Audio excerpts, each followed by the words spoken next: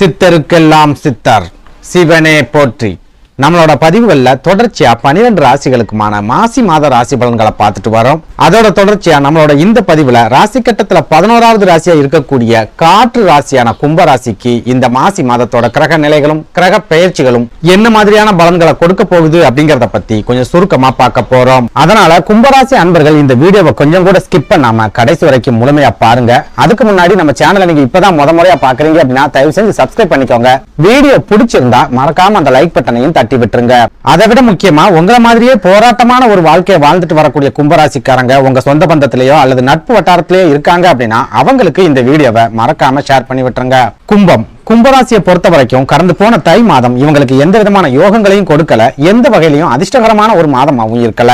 அதாவது முழுக்க முழுக்க கும்பராசிக்காரங்களுக்கு பாதிப்புகளை மட்டுமே கொடுத்த ஒரு மாதமாவே கடந்த தை மாதம் இருந்திருக்கு. அதுலயும் குறிப்பா பெரும்பாலான கும்பராசிக்காரங்க 2 வகையான பாதிப்புகளை கடந்த தை மாசத்துல சந்திச்சிருக்காங்க.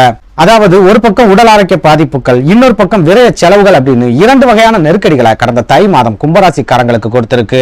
இப்படி தொடர்ச்சியா உடல் ஆரோக்கிய பாதிப்புகள் ஏற்பட்ட காரணத்தால கடந்த தை மாதத்துல இவங்களால எந்த விஷயத்திலுமே சரியா கவனம் செலுத்த முடியல. இதனால பெரிய அளவுக்கான முன்னேற்றங்களும் கடந்த தை மாதத்துல கும்பராசிக்காரங்களுக்கு கிடைக்கல. போதாக்குறைக்கு உடல் ஆரோக்கிய பாதிப்புகளோட சேர்த்து விரைய செலவுகளும் அதிகரிச்ச காரணத்தால கடந்த தை மாதத்துல நிம்மதியான ஒரு வாழ்க்கையை இவங்களால வாழ முடியல. மன அழுத்தங்கள் நிறைஞ்ச ஒரு மாதமாகவும் கடந்த தை மாதம் இருந்திருக்கு. அதுலயும் முக்கியமா நின்னா செலவு, உட்கார்ந்தா செலவு, நடந்தாலும் செலவு அப்படின்னு சொல்ற மாதிரி கடந்த தை மாதத்துல எதுக்கு எடுத்தாலும் விரைய செலவுகளை தான் கும்பராசிக்காரங்க சந்திச்சிருக்காங்க. அதே நேரம் இந்த மாதிரியான விரைய செலவுகளை சமாளிக்கக்கூடிய அளவுக்கு இவங்களுக்கு வருமானமும் பெரிய அளவுல இல்லாத காரணத்தால ஒரு சில கும்பராசிக்காரங்க கடந்த தை மாதத்துல நிதி நெருக்கடியையும் சந்திச்சிருக்காங்க. இதுல இன்னும் கொடுமையான விஷயம் என்ன அப்படின்னா ஒரு சில கும்பராசிக்காரங்களுக்கு அவங்களோட உடல் ஆரோக்கியத்துல பெரிய அளவுல பாதிப்புகள் ஏற்பட்டிருக்காது. ஆனா குழந்தைகளோட உடல் ஆரோக்கியத்திலையும் வாழ்க்கை துணையோட உடல் ஆரோக்கியத்திலையும் பெரிய அளவிலான பாதிப்புகள் கடந்த தை மாதத்துல ஏற்பட்டிருக்கும். இதனால பெரும்பாலான கும்பராசிக்காரங்க கடந்த தை மாதத்துல வாழ்க்கை துணைக்காக மருத்துவமனைக்கு ஓடி இருப்பாங்க, குழந்தைகளுக்காக மருத்துவமனைக்கு ஓடி இருப்பாங்க, இவங்களோட உடல் ஆரோக்கிய பாதிப்புகளுக்காக மருத்துவமனைகளுக்கு ஓடி இருப்பாங்க.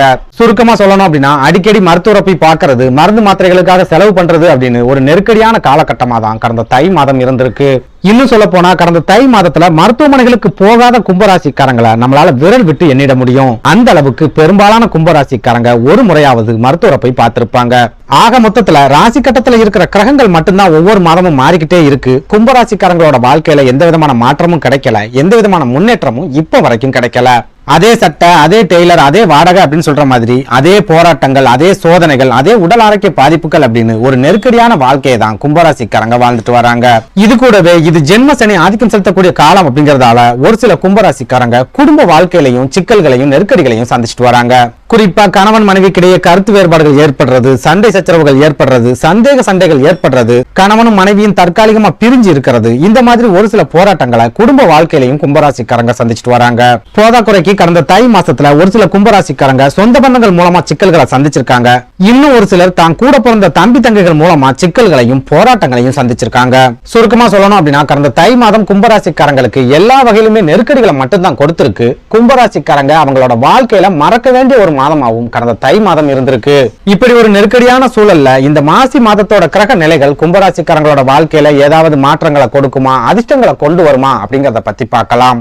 அந்த வகையில இந்த மாசி மாதத்தோட கிரக நிலைகளை ஆராய்ச்சி பார்க்கும்போது கும்பராசிக்காரங்களுக்கு ஓரளவுக்கு அற்புதமான சுப பலன்களையும் சிறப்பான யோகங்களையும் கொடுக்கக்கூடிய காலகட்டமாவே இந்த மாசி மாதம் இருக்க போகுது. அதாவது இந்த மாசி மாதத்தோட தொடக்கத்திலேயே உங்க ராசிக்கு 5 மற்றும் 8ஆம் வீட்டுக்கு அதிபதியான புதன் பகவான் உங்களோட ஜென்ம ராசியான கும்பராசியில சஞ்சாரம் பண்றார். புதன் பகவான் உங்களோட ஜென்ம ராசியான கும்பராசியில இருக்காரு அப்படின்னாலே நண்பர்கள் மூலமா சிறப்பான முன்னேற்றங்கள் உங்களுக்கு கிடைக்க போகுது அப்படின்னு அர்த்தம். குறிப்பா இந்த மாசி மாசத்துல நீங்க எந்த காரியத்துல இறங்கினாலும் உங்க நண்பர்களோட ஆதரவு உங்களுக்கு முழுமையா கிடைக்கும். அந்த ஆதரவால உங்க வாழ்க்கையிலையும் ஒரு சில முன்னேற்றங்கள் எதிர்பாராத நேரங்கள்ல ஏற்படும். இது கூடவே ஒரு சில கும்பராசிக்காரங்க உங்களோட குழந்தைகள் மூலமா பெருமை அடையக்கூடிய காலகட்டமாகவும் இந்த மாசி மாதம் இருக்க போகுது.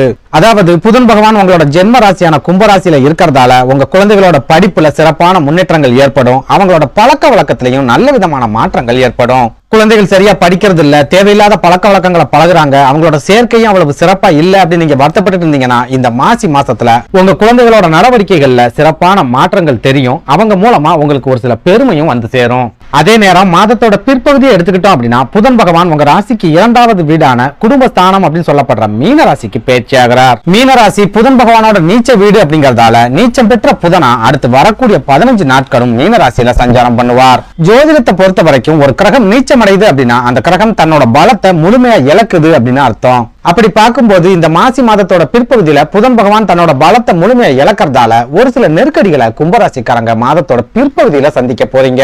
அதாவது மாதத்தோட தொடக்கத்துல உங்க குழந்தைகள் மூலமா உங்களுக்கு பெருமைகள் வந்து சேரும் அப்படின்னு சொல்லியிருந்தேன். ஆனா மாதத்தோட பிற்பகுதியை எடுத்துக்கிட்டோம் அப்படின்னா உங்க குழந்தைகள் மூலமா நீங்க ஒரு சில அவமானங்களை சந்திக்கக்கூடிய காலகட்டமா இருக்க போகுது. இதனால மாதத்தோட பிற்பகுதியில கும்பராசிக்காரங்க உங்க குழந்தைகள் மேல அதிகபட்ச கவனத்தை செலுத்துங்க. அவங்கள உங்களோட கண்காணிப்பிலேயே வச்சுக்கோங்க. அடுத்ததா சுக்கிர பகவானை பொறுத்த வரைக்கும் இந்த மாசி மாசத்தோட தொடக்கத்துல விரயஸ்தானம் அப்படின்னு சொல்லப்படுற மகர ராசியில செவ்வாய் பகவானோட இணைஞ்சு சஞ்சாரம் பண்றார். சுக்கிர பகவான் விரயஸ்தானத்துல இருக்காரு அப்படின்னாலே தம்பி தங்கைகள் கூட பிரச்சனைகளை ஏற்படுத்தி விட போறார் அப்படின்னு அர்த்தம். அதுலயும் முக்கியமா செவ்வாய் பகவானோட இணைஞ்சு சுக்கிர பகவான் விரயஸ்தானத்துல இருக்கிறதால உங்க கூட பிறந்தவங்களே உங்களுக்கு எதிரியா மாறக்கூடிய ஒரு காலகட்டமா இந்த மாசி மாதத்தோட முதல் பகுதி இருக்க போகுது. இது கூடவே நீங்க யாரையெல்லாம் முழுசா நம்புனீங்களோ அவங்க எல்லாருமே உங்களுக்கு எதிரியா மாறுவாங்க. தொழிலா இருந்தாலும் சரி, உத்தியோகமா இருந்தாலும் சரி, திடீர் நம்பிக்கை துரோகங்களையும் இந்த மாசி மாசத்துல நீங்க சந்திப்பீங்க. இதனால கும்பராசிக்காரங்க மாதத்தோட தொடக்கத்துல யார நம்பியும் எந்த விதமான காரியத்திலையும் இறங்காதீங்க. நண்பர்களா இருந்தாலும் சரி, சொந்த பந்தமா இருந்தாலும் சரி, கூட பிறந்தவங்களா இருந்தாலும் சரி, அவங்களை எல்லாம் நம்பி நீங்க ஏதாவது ஒரு காரியத்துல இறங்குறீங்க அப்படின்னா கண்டிப்பா கடைசி நேரத்துல உங்களுக்கு தோல்விகள் மட்டும்தான் கிடைக்கும். அதே போல சூரியனும் செவ்வாயும் இணைஞ்சு விரயஸ்தானம் அப்படின்னு சொல்லப்படுற மகர ராசியில இருக்கிறதால தை மாசத்துல நீங்க என்ன மாதிரியான விரய செலவுகளை எல்லாம் சந்திச்சீங்களோ அதே மாதிரியான விரய செலவுகளை இந்த மாசி மாசத்திலையும் கட்டாயமா சந்திப்பீங்க. இதனால எவ்வளவு கஷ்டப்பட்டு உழைச்சாலும் அந்த பணத்தை உங்களால சேமிக்க முடியாது. பணம் எந்த வழியிலலாம் வருது அப்படிங்கறத உங்களால கண்காணிக்க முடியும். ஆனா எந்த வழியிலலாம் செலவாகுது அப்படிங்கறத உங்களால கண்காணிக்கவே முடியாது. அந்த அளவுக்கு தொடர்ச்சியான விரய செலவுகள் இந்த மாசி மாசத்தோட தொடக்கத்திலையும் கும்பராசிக்காரங்களுக்கு இருக்க போகுது.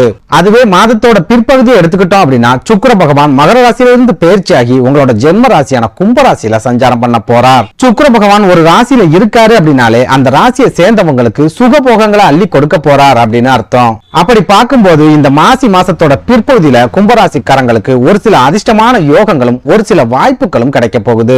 குறிப்பா புதுசா நிலம் வாங்கணும், வீடு வாங்கணும், வாகனம் வாங்கணும் அப்படிங்கிற லட்சியத்தோட வாழ்ந்துட்டு இருக்கக்கூடிய கும்பராசிக்காரங்க இந்த மாதத்தோட பிற்பகுதியில அந்த மாதிரியான காரியங்களை ரொம்ப சிறப்பான முறையில செய்யலாம். உங்களை பெத்தவங்க கிட்ட இருந்தும் இந்த மாதத்தோட பிற்பகுதியில உங்களுக்கு சிறப்பான முறையில ஆதரவு அப்படிங்கிறது கிடைக்கும்.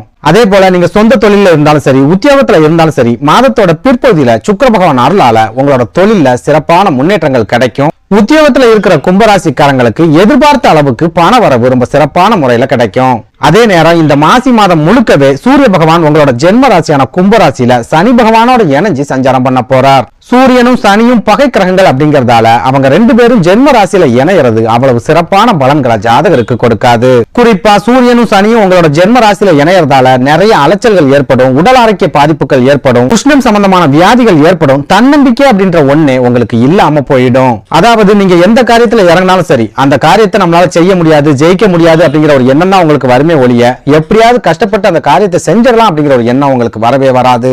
அதாவது சனியும் சூரியனும் ஜென்ம ராசியில இணைறாங்க அப்படின்னாலே அந்த ஜாதகரோட தன்னம்பிக்கையை முழுமையா காலி பண்ண போறாங்க அப்படின்னு அர்த்தம். இதனால சின்ன சின்ன தோல்விகளுக்கு கூட கும்பராசிக்காரங்க துவண்டு போகக்கூடிய ஒரு மாதமாவே இந்த மாசி மாதம் இருக்க போகுது. நன்றி, வணக்கம்.